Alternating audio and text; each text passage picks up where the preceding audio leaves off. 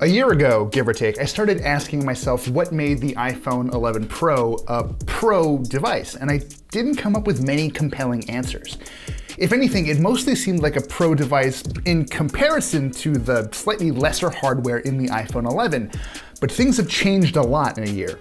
The differences between the iPhone 12 and 12 Pro are vastly outnumbered by the things they have in common, and that's a good thing for you and me. It means people who don't want to spend Pro money are still getting very nearly the best Apple has to offer. But that also means the iPhone 12 Pro is a tougher sell than before, so who should actually buy this thing?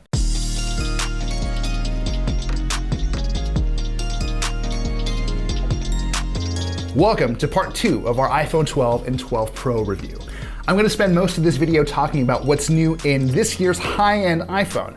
To get the full context, including impressions about MagSafe and 5G and the rest of the things these phones have in common, please, I recommend you watch part 1 first. Right off the bat, I have to say Apple did a fantastic job with the 12 Pro's design. Every version of the iPhone 12 this year has a more angular look with flat edges that evoke not just the iPad Pro, but classics like the iPhone 5. Apple's choice of materials really shines here too. Instead of aluminum, the company once again used a shiny stainless steel for the chassis. Our review unit is the Pacific Blue model, which is a lot more subtle than the brighter hue you'll find on the blue iPhone 12 I tested, and I'm trying so hard not to make any blue steel jokes right now. As nice as the steel body is though, I gotta say, fingerprints stick out a lot more on this glossy steel frame than they do on the iPhone 12's aluminum body. Thankfully, I can't say the same about the 12 Pro's back. Fingerprints are super obvious on the iPhone 12's sort of standard rear glass, but the iPhone 12 Pro's back is made of a frosted glass panel that helps keep it clean and seems to help keep the phone from sliding around on arms of couches and stuff. Beyond that, the things uniting the iPhone 12 and 12 Pro outweigh the things that divide them. Both are rated IP68 for water and dust resistance, which was enough to keep both of them in pretty good working condition after a rainy bike ride, and that was a terrible idea, but it's fine, it all worked out. Both still have a Lightning port for charging and data transfer, though I can't imagine Apple sticks to Lightning in its Pro devices at least for that much longer, because USB-C is just that useful. And this year, both phones use Apple's 6.1-inch Cinema XDR display, which is at once beautiful and bright. And then there's 5G, which might be the most impactful addition to the iPhone 12 series this year. I gave a little State of the Union on 5G in part 1 of the video, but let me quickly recap here. The iPhone 12 Pro gives you the ability to tap into both sub-6 and millimeter wave 5G networks, but your experience can and probably will be a lot different from mine depending on who your carrier is and where you spend most of your time. I tested Verizon and T-Mobile 5G on the 12 and 12 Pro around Manhattan and Brooklyn, and I got pretty solid download speeds just while walking around. Think 50 to 100 megabits on both carriers' mid-band 5G deployments, which isn't bad, but not all that much faster than LTE. In a few spots where I got lucky, those speeds got as high as 300 to 400 megabits down for both carriers. If you live in one of the cities where either carrier has millimeter wave though, you can expect some truly crazy speeds. Like I said in the other video, I was in Bryant Park downloading hours of music in seconds on Verizon's millimeter wave network, but you really need to be standing in just the right spots. When I tried millimeter wave again in a park under the Brooklyn-Queens Expressway, just a single step in the wrong direction meant the difference between 900 megabits down and 80. Speaking of speed, both phones are just terribly fast thanks to Apple's new A14 Bionic chipset. Like I said in the other video, nothing you throw at these phones is going to give them a hard time. Whether you're playing really pretty games or exporting and editing and transcoding 4K videos, I tell you, you would be hard-pressed to find a phone that's nearly this powerful. In fact, this level of performance is basically overkill for most people, and the iPhone 12 Pro takes that even further. In addition to the A14's high-performance CPU, GPU, and neural engine, it comes with 6 gigs of RAM compared to just 4 gigs in the regular 12. Are you ever gonna notice the benefits of that extra 2 gigs? Probably not. Last year, it was widely reported that Apple uses that extra RAM in its Pro-level phone solely for the camera, but I can confirm that is not the case. The full 6 gigs is available to any app that wants it. And while that could theoretically lead to slight performance improvements, it really just seems like a great way to future-proof the phone as iOS and the features that come in it grow more complex. And if we're talking iPhones, among the most intensive features you'll find are the ones that are used for the camera, like deep fusion image processing, which only used to be available on Pro iPhones, but that's thankfully not true anymore. That said, I think this extra RAM is going to come in especially helpful when you start to see new features like Apple's new Pro RAW format kind of take the stage, and alongside the iPhone 12 Pro Max, which has better cameras. Neither of those are available to test yet, but we'll let you know when they are. Since we're talking about cameras anyway, we might as well dig into them for real, which only makes sense since they're what really make the iPhone 12 Pro a pro machine. Just like last year's Pro, the 12 Pro has 3 cameras. We're working with a 12 megapixel standard wide camera with an f1.6 aperture and a new 7-element lens, a 12 megapixel ultra wide camera that captures a 120-degree field of view, and a telephoto camera with a 2x optical zoom. The standard wide camera produces by far the best looking images with plenty of bright colors and rich detail. That said, I have to say, my sample images don't look that much better than what I got from last year's iPhone 11 Pro. The biggest difference I noticed during daylight shoots is that the iPhone 12 Pro's photos are just a touch warmer than the 11 Pro, but not enough that you'd notice at a glance. I also expected night shooting to be significantly different since this sensor can technically capture more light, and that's true, it can. But it only really seems beneficial when you make it a point not to shoot in night mode. When you do, the differences that are apparent mostly boil down to image processing. Then there's the ultra-wide camera, which captures the same field of view as last year's Pro iPhone. Like the main camera, its photos benefit from Apple's AI-powered image enhancements, but like most ultra-wides, this one trades sheer detail for space.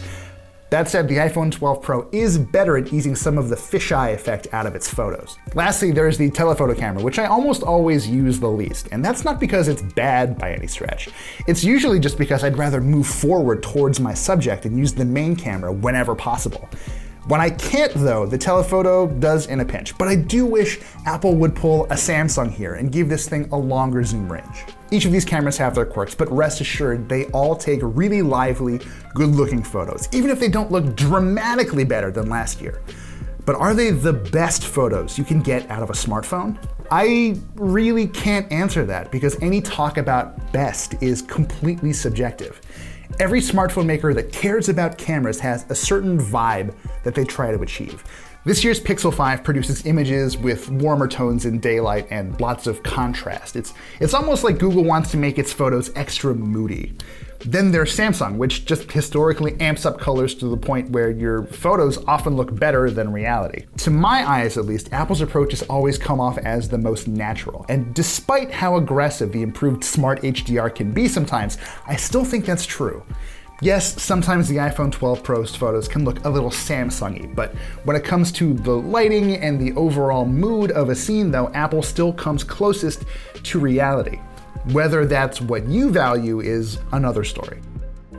Oh, and I have to say, video looks excellent here too, and that's mostly because Apple is going all in on Dolby Vision HDR across the iPhone 12 line. I was honestly taken aback by how good some of the 4K 60 frame per second video I shot looked, but there is one thing you really need to keep in mind. The iPhone 12 Pro is a phenomenal video camera, but these HDR videos look best on HDR screens, and most of the displays I've been reviewing this footage on, well, they're not. But if you have invested more heavily in the HDR display ecosystem, then congratulations. You're gonna get a lot more out of these videos than I can right now. Now, with all that said, I have to point out that people who really care about camera performance might want to wait for the iPhone 12 Pro Max instead, since it claims to have a vastly improved image stabilization system and a much better telephoto camera. There is one more thing we need to talk about though, LiDAR, or light detection and ranging. Like this year's iPad Pro, there's a tiny emitter just under the ultra-wide camera that shoots out light and calculates how long it takes for that light to bounce back. That's important for a few reasons.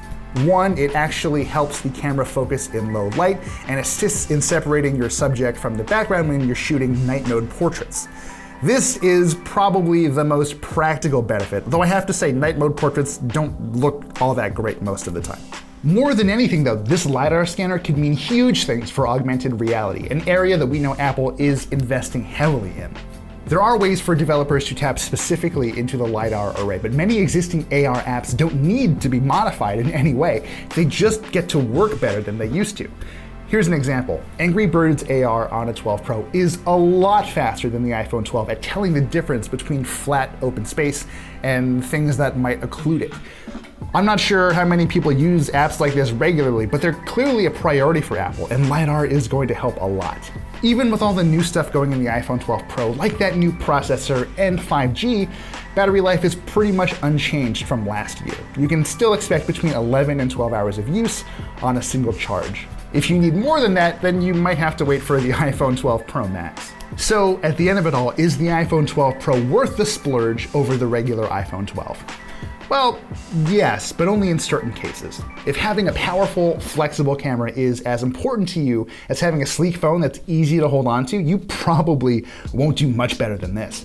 That said, most people, especially those who haven't upgraded in a while, will be more than fine with the regular iPhone 12. But that doesn't mean the iPhone 12 Pro is unimportant. It really feels like Apple uses these kinds of devices as a test bed for features and experiences that will eventually go mainstream. LiDAR is a great example. I have to expect more people will buy an iPhone 12 Pro than an $800 iPad with LiDAR, which gives developers more of a reason to explore what it could do for augmented reality.